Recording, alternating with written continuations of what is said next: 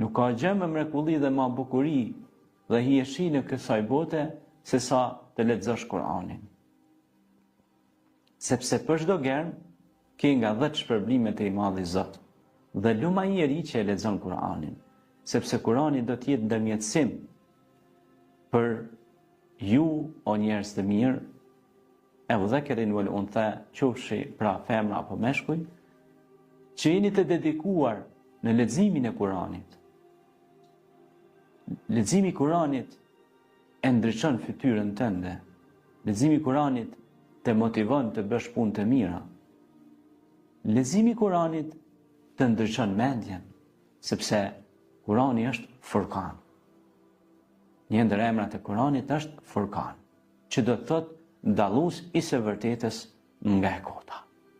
Andaj Kur'ani dhe agjerimi janë dy gjëra të cilat na bëjnë që ne të përparojmë, të ndriçohemi, të drejtësohemi dhe të përparojmë pra si në aspektin pra metafizik, shpirtëror, spiritual, po edhe ato fizik.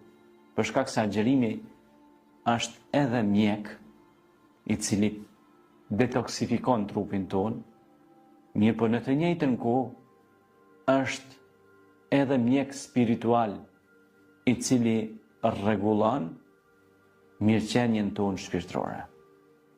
Ashtu siç është Kur'ani, një manual drejtues i cili na përmend frutet, perimet e ndryshme në Kur'an, përmenden pra vaj ullirit, në fakt ulliri përmendet, o tini o zejtun.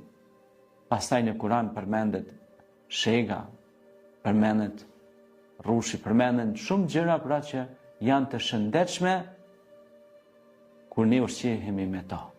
Mirë po Kur'ani thot, pra Allahu i Madhëshëm thot, wa nunazzilu min al-Qur'ani ma huwa shifaa'un wa rahmatun lil mu'minin wa la yazidu adh-dhalimina illa khasara. Pra e kemi zbrit këtë Kur'an që është shërim dhe udhëzim për besimtarët. Pra qetëson zemrën, largon stresin, largon ankthin, largon peripecit e ndryshme. Kjo fjalë e bekuar që është fjala e Allahut. Shumë njerëz kërkojnë mbështetje te folësit motivues, si Les Brown, Anthony Robbins, ose studiues të ndryshëm që janë folës motivues, pra motivational speaker, që flasin për suksesin. Mirë po,